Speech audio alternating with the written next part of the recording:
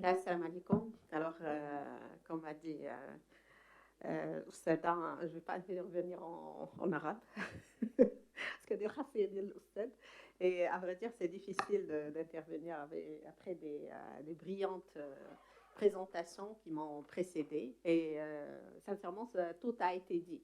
Des risques infectieux, de comment protéger les immunodéprimés. Bon, je vais parler un petit peu de l'entourage, quoique elle était déjà amorcée. Mais bon, on va voir ensemble ce que j'ai pu piocher un petit peu dans la littérature. À vrai dire, il n'y a pas vraiment de recommandations. Et surtout, bien sûr, au Maroc, il n'y a pas de recommandations ni pour l'immunodéprimé, ni pour son entourage. Et même, c'est-à-dire à l'international, il n'y a pas vraiment des recommandations carrées pour l'entourage, mais il y a des papiers que je vais partager en fait le résultat avec vous. Je dois bien sûr allumer, je pense, au début, avant que ça glisse. Voilà. Donc, on sait tous que les patients immunodéprimés, c'est une situation de plus en plus fréquente, ça a été dit, c'est pas quelque chose de nouveau. Et surtout, il y a des traitements qui émergent, des choses qui sont nouvelles, avec des nouvelles cibles immunologiques. La biothérapie, c'est un monde de fou maintenant, et on a de nouveaux défis en prévention. On ne sait pas quelle molécule exactement, avec quel risque infectieux, quoi. C'est-à-dire, c'est décrit, mais dans la vraie vie, on ne sait pas encore c'est quoi. On n'a pas vraiment ce recul pour parler du risque, surtout que ces molécules, ils sont d'abord, en fait, les patients ils sont traités dans des pays qui n'ont pas la même épidémiologie que la nôtre. On a de la tuberculose, on a de l'hépatite A, et eux, ils ont d'autres problèmes. Donc, il y a un risque accru, comme j'ai dit, d'infections sévères par des pathogènes qui sont courants, et aussi les opportunistes. Et surtout, il y a la difficulté à repérer cette infection sur ce terrain. Par exemple, l'anti-IL6, l'infliximab, on n'a pas de fièvre et donc on a recours de plus en plus à des marqueurs biologiques pour pouvoir en fait repérer cette infection. Donc la prévention, elle doit y être. La prévention directe, vous en avez parlé, c'est le patient, mais il ne faut pas oublier que ce patient, il est dans un environnement. Et donc, si je traite ou si je préviens l'infection chez le patient par la vaccination, il faut voir aussi son entourage, il faut voir aussi les proches, c'est-à-dire la famille, les aidants. Monsieur Bousfah, il a parlé même des institutions pour les enfants, pour la prévention. Et donc, c'est l'entourage, ça acquiert un intérêt croissant de plus en plus. Donc, je vais démarrer par la vaccination parce que mon topo il va comporter deux chapitres, la vaccination et aussi l'hygiène chez le patient. Et donc, la vaccination d'entourage, c'est le cocooning. Le cocooning, c'est le cercle protecteur du patient. Et quand on parle de cette stratégie de cocooning, ça rassemble la famille et les aides à domicile et ça rassemble toute personne vivant sous le même toit et toute personne susceptible d'assurer la garde pour ce patient, à savoir les assistants, les gardes malades et autres. Et bien sûr, il ne faut pas oublier le personnel soignant. Ça a été dit. Et bien sûr, on parle de personnel soignant qui va être en contact avec le patient. Il ne faut pas oublier tout le monde. Il y a les infirmiers, il y a les médecins, mais il y a aussi les femmes de ménage, il y a celui qui va apporter le plateau du petit déjeuner du matin. Et donc, tout le monde doit être normalement rassemblé dans cette stratégie. Donc, l'objectif de ce cocooning ou de cette stratégie, c'est de renforcer l'immunité collective autour des patients vulnérables et de vérifier surtout le statut vaccinal de l'entourage immédiat. À savoir, il faut renforcer les rappels à la vaccination chez c'est pas des patients, c'est à monsieur tout le monde, chez lequel on va être obligé de lui dire donnez-moi votre calendrier vaccinal.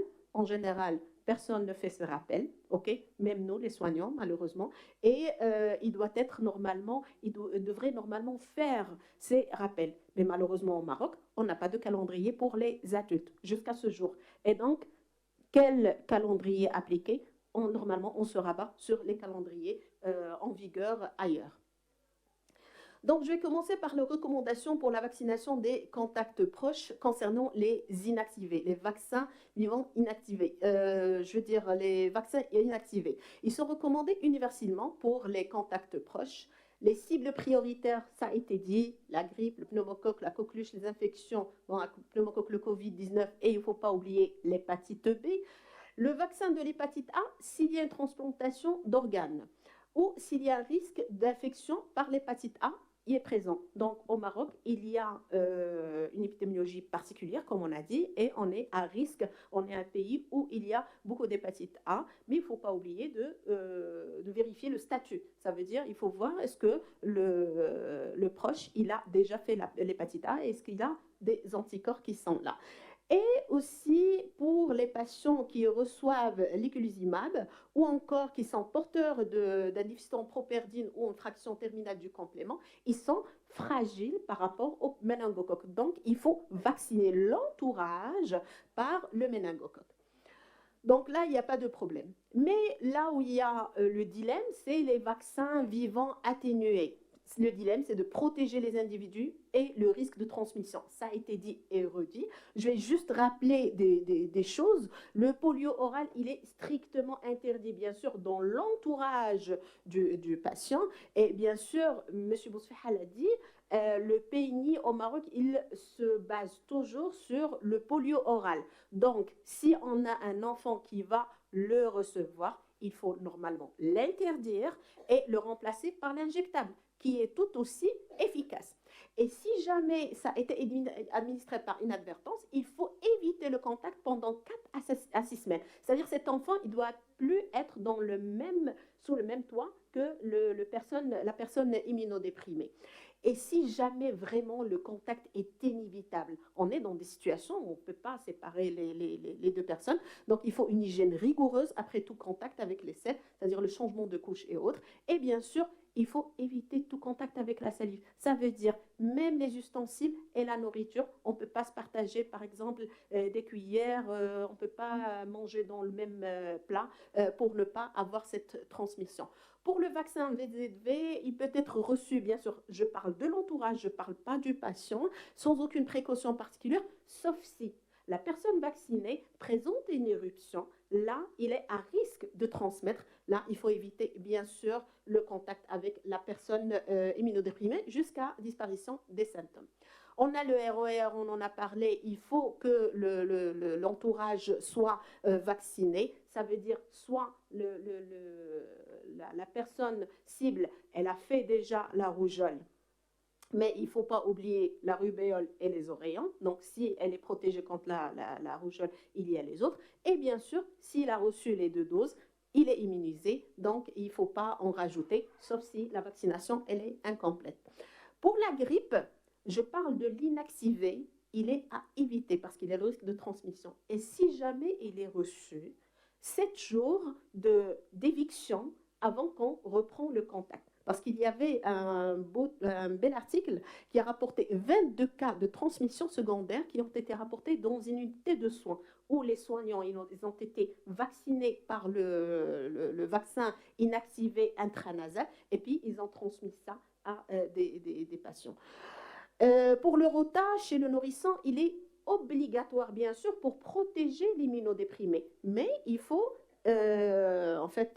observer cette période d'éviction de 4 semaines après l'administration.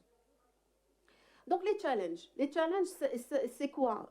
Ça se rapproche des problèmes avec les patients. Les stratégies de cocooning sont reconnues, sont scientifiquement solides, mais il y a les obstacles de manque de sensibilisation. On a parlé à ce que le patient lui-même ne reçoit pas sa vaccination correctement. Alors, qu'est-ce que je vais dire de l'entourage qui est totalement oublié? Donc, et il y a aussi les facteurs socio-économiques, il ne faut pas les oublier. Même si je suis de bonne foi, je suis devant à ce que ces vaccins ils sont coûteux et il y a l'hésitation vaccinale dont on a parlé et on ne cesse de parler et bien sûr, absence de remboursement. Ça, il faut qu'il y ait des réclamations pour notre ministère pour reconnaître ce statut et que ces patients, ils présentent en fait un fardeau et ils présentent aussi un risque pour la population générale pour que notre ministère soit convaincu pour cette vaccination. Et bien sûr, il y a les défis logistiques. il y a l'offre qui est limitée de cette vaccination, parce que si j'oriente mon patient qui a besoin du patient ou encore la personne de l'entourage vers un centre de santé pour qu'il soit vacciné, même si le vaccin il est disponible, ils ne vont pas l'accepter. Et donc, il doit l'acheter et chercher le médecin qui va le vacciner. Voilà, concernant l'entourage. Le personnel soignant, les recommandations sont particulières. Les ROR, si les doses sont non reçues, il faut revacciner, sinon il faut faire un catch-up avec une dose si une seule dose est reçue. La coqueluche, il ne faut pas l'oublier, c'est les rappels à 25 ans, 45 ans, 65 ans, chose qui n'est jamais faite chez nous. La grippe saisonnière obligatoire parce que ça devient une infection nosocomiale quand on est à l'hôpital. Et bien sûr, la varicelle, il faut qu'il reçoive 2 doses à 4 à 8 semaines, sauf si la personne a déjà fait la varicelle. Alors, qu'en est-il de l'environnement domestique? Là, j'ai parlé de tout ce qui est vaccination, mais il y a un entourage, c'est le lieu où est le patient. Quand on a une personne qui est très immunodéprimée à l'hôpital, on a en général, si on a une bonne unité, il y a les précautions, il y a la filtration d'air, il y a les gens qui rentrent en casaque et tout. Mais une fois il est à la maison, qu'en est-il? Qu'est-ce qu'il faut faire? Est-ce qu'on a bien conseillé ces patients et leur entourage? Est-ce qu'on leur a expliqué le risque? Alors, j'ai un petit peu résumé parce qu'on n'a que quelques minutes pour en finir. Donc, il y a l'eau, il y a l'alimentation et il y a l'hygiène personnelle qui va poser problème. Donc, l'eau, il faut que ces patients consomment de l'eau en bouteille. C'est l'eau minérale ou de source, mais il ne faut pas que cette bouteille soit ancienne ou verte, 3 ou 4 jours. Il y a de la pullulation bactérienne. Il faut que ça soit frais, conservé au frais 24 heures. Sinon, on peut bien consommer l'eau de robinet, mais qui doit être bouillie au moins pendant 1 minute. C'est-à-dire, si on le bouillit un petit peu, c'est pas intéressant. Donc, qu'est-ce qu'on cible comme pathogène? Légionnelle et pseudomonas. Et on n'a pas de vaccin contre ni le légionnella ni le pseudomonas. Donc, la vaccination, mais aussi, il y a les règles d'hygiène. Préparation sécurisée des aliments. Il faut qu'on soit conscient de ce qu'on mange, comment le préparer. J'ai parlé des œufs, mais il y a aussi le poulet qui est aussi qui présente un risque. Il faut que ces aliments sont bien cuits. Et les produits laitiers, bien sûr, non pasteurisés. Les légumes crus non lavés, les produits laitiers non pasteurisés, المغاربه كيعجبهم اللبن كيمشيو للعربيه كيجيبوا الحليب هذا. Et donc il faut que ça soit pasteurisé ou encore bouilli à 100 degrés pendant une période. Et bien sûr, il ne faut pas oublier aussi la supplémentation en probiotiques. Si l'immunodéprimé il est vraiment à classe 4, c'est les grands immunodéprimés, il y a un risque de translocation et de septicémie d'origine intestinale. Et la qualité d'air. La qualité d'air à domicile, il faut bien sûr, c'est plutôt simple, il faut juste aérer les pièces au moins 2 fois par jour, 10 à 15 minutes. Des fois, on a un dent qui est fragile, toujours enferme. Non, il faut aérer, mais il faut choisir. Si on est sur une grande avenue, par exemple, où il y a de la pollution, c'est tôt le matin ou le soir. S'il y a du pollen, il faut faire attention pour que le patient ne soit pas trop exposé. On peut utiliser des purificateurs d'air avec filtre HEPA, c'est l'idéal, mais pas toujours disponible. Bien sûr, on connaît les contraintes. Il faut éviter l'humidité. On peut utiliser les déshumidificateurs et les moisissures. Il faut chercher dans les coins, les recoins, les plafonds, et il faut bien sûr tout nettoyer, et il faut éviter les sources de pollution intérieure. Des fois, on a l'impression de bien faire, d'utiliser des détergents un petit peu agressifs, des encens, des bougies, des sprays. Oui, tout ça, c'est pas bénéfique pour nos patients, ça agresse et donc ça donne des problèmes pour ces patients. Et bien sûr, il faut éviter des gens qui fument parce qu'ils portent ces débris sur leurs vêtements, les cheveux et tout. Et bien sûr, la poussière à la maison, comment on fait? Les aspirateurs, pas un vieux aspirateur qui rejette de la poussière, mais un aspirateur avec un filtre HEPA, chiffon humide microfibre pour... Pardon? Bien sûr, les draps, les rideaux et j'en passe. Les plantes, il ne faut pas les oublier. Les plantes, ça fait joli. On dit que ça remonte le moral du malade, mais il ne faut pas oublier que la terre, elle peut contenir des moisissures et donc ça constitue un risque. Et j'arrive à l'hygiène personnelle, hygiène des mains, bien sûr, l'eau de savon et les solutions hydroalcooliques, lavage du linge qui doit être à une température élevée, plus de 30 degrés, et bien sûr, ça pour éviter les contaminations qui sont croisées et bien sûr les serviettes de toilette qu'il faut changer quotidiennement. Si sont humides, c'est le nid pour les champignons et les pseudomonas. Donc, en conclusion, la priorité actuelle, c'est d'étendre la couverture vaccinale du patient de l'immunodéprimé et l'entourage, bien sûr, sensibiliser les soignants surtout à cet apport que ce n'est pas une perte d'argent et réduire, bien sûr, ça va permettre de réduire les obstacles. Et bien sûr, il ne faut pas oublier l'hygiène de l'environnement. Et je vous remercie.